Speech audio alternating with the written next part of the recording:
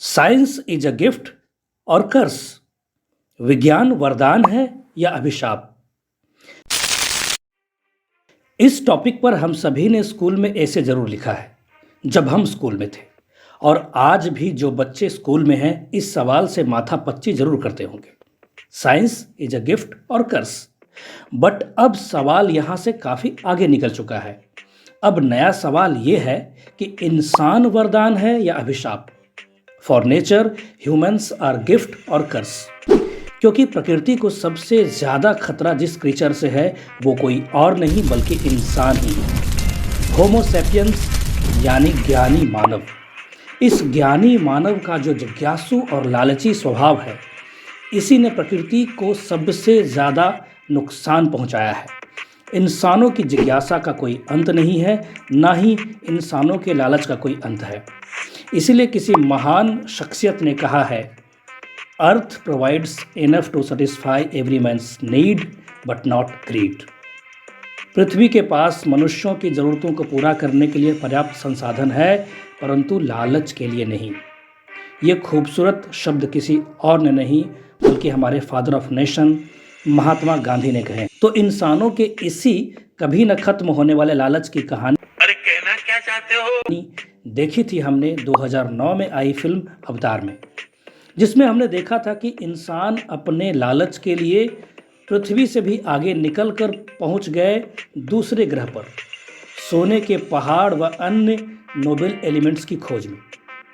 अब फिर से वही सब इंसानों के नीड, ग्रीड एंड नेचर के सेव करने की कहानी देखने को मिलने वाली है अवतार 2 द वे ऑफ वाटर।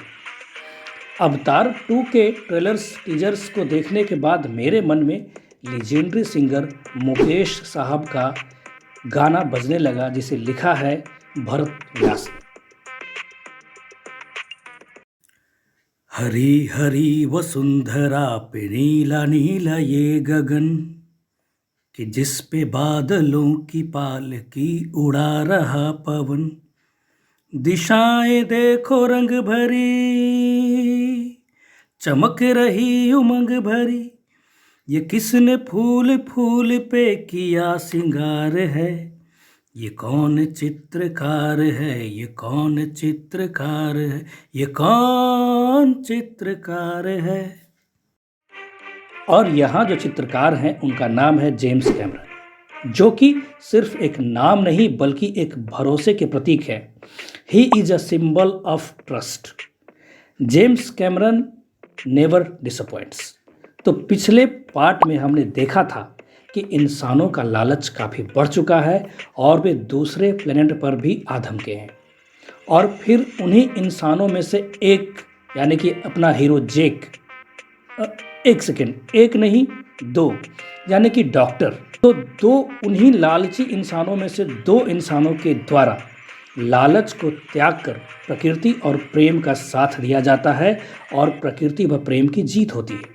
कहानी तो यही थी, बट इस कहानी को बताने, दिखाने, सुनाने का तरीका काफ़ी मनमोहक, मनभावन और मनोरम था।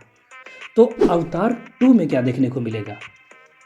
तो जैसा कि आपने थंबनेल में देखा होगा कि इट्स अ सर्वाइवल वॉर।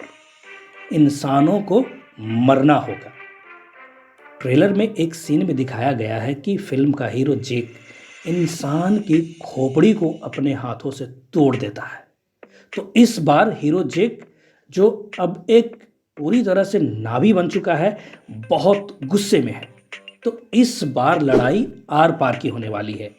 तो सिंपल है, नेचर को बचाना है तो इंसानों को मरना होगा।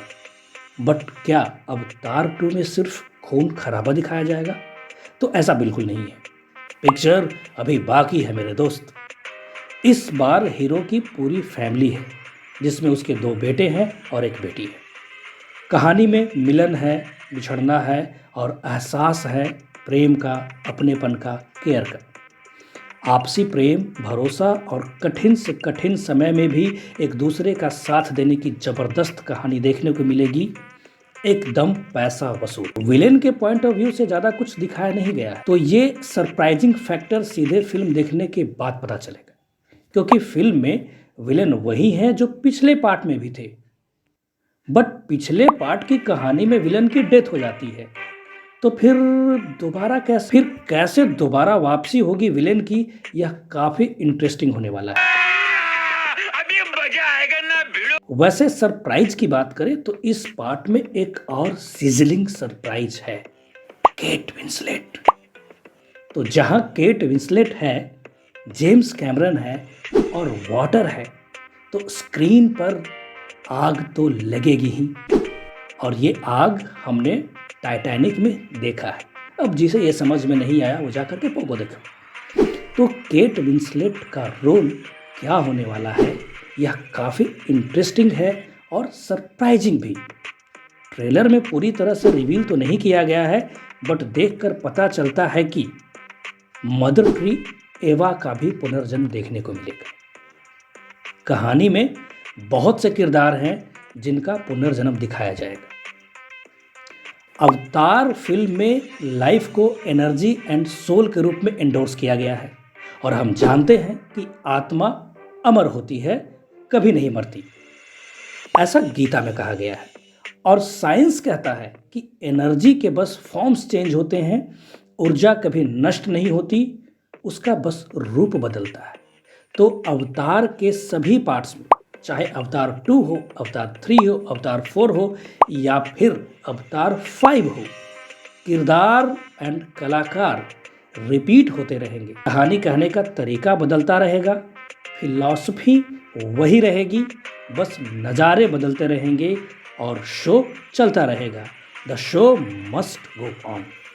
तो जहाँ जेम्स कैमरन का नाम हो, वहाँ पर cinematography, sound effect, VFX and CGI पर तो कोई डाउट ही नहीं है बॉस। वो तो सुपर से भी ऊपर होने वाला है, क्योंकि जेम्स वर्ल्ड सिनेमा के जेम है, अपने आप में एक सिनेमा स्कूल है। पिछली बार हमने पैंडोरा के उड़ते हुए सोने के पहाड़ देखे थे, उड़ते हुए विशालकाय पक्षी देखे थे, और इस पार्ट का नाम ही है द वे ऑफ वाटर। तो इस बार पानी के अंदर के अद्भुत नज़ारे देखने को मिलने वाले हैं। पानी में तैरते हुए, फिर हवा व पानी दोनों में तैरते हुए, उड़ते हुए, गोते लगाते हुए विशालकाय जलीय जीव देखने को मिलेंगे। तो होप तो यही है कि हम दर्शक रहस्य, रोमांच से भरी पानी की दुनिया में गोते लगाएंगे। तो डियर फ्रेंड्स, ये था हमारा प्रेडिक्शन। आपको कैसा लगा हमें कमेंट कर जरूर बताएं। और हम YouTube पर अभी बिल्कुल नए हैं, तो हमारा हौसला ज़रूर बढ़ाएं। Please support us. हम नेक्स्ट वीडियो में अवतार 2 का सिनेमाई अनुभव एक्सपीरियंस लेकर आएंगे आपके लिए। तो हमारे चैनल का नाम याद रखें, सिनेटोरियल। और सबसे इजी वे तो यही होगा कि आप हमारे चैनल को सब्सक्राइब कर लें। So please subscribe Cinetorial. तो देवियों और सज्जनों, मिलते हैं नेक्स्ट वीडियो में, तब तक के लिए नमस्कार। साथ आज की मजदूरी यही खत्म करते हैं। अगर तुम्हें वीडियो पसंद आई तो लाइक मारो यार। मुझे नहीं पता, मुझे 2 मिलियन लाइक्स चाहिए, कैसे ना कैसे करके मुझे चाहिए। इतना झिला मैं कभी नहीं हूँ अपनी पूरी जिंदगी में जितना इसमें झिलाऊं, मुझे चाहिए ही चाहिए। तो लाइक मारो, और अगर तुम लोग नए हो तो सब्सक्राइब करो। वो जो लाल वाला बटन है उस पर फूट फेंक के मारो या फिर मोमबत्ती, मुझे नहीं पता, बस क्लिक हो जाना चाहिए। अब मैं भी जा रहा हूं, मुझे पैसों के पीछे भागना है।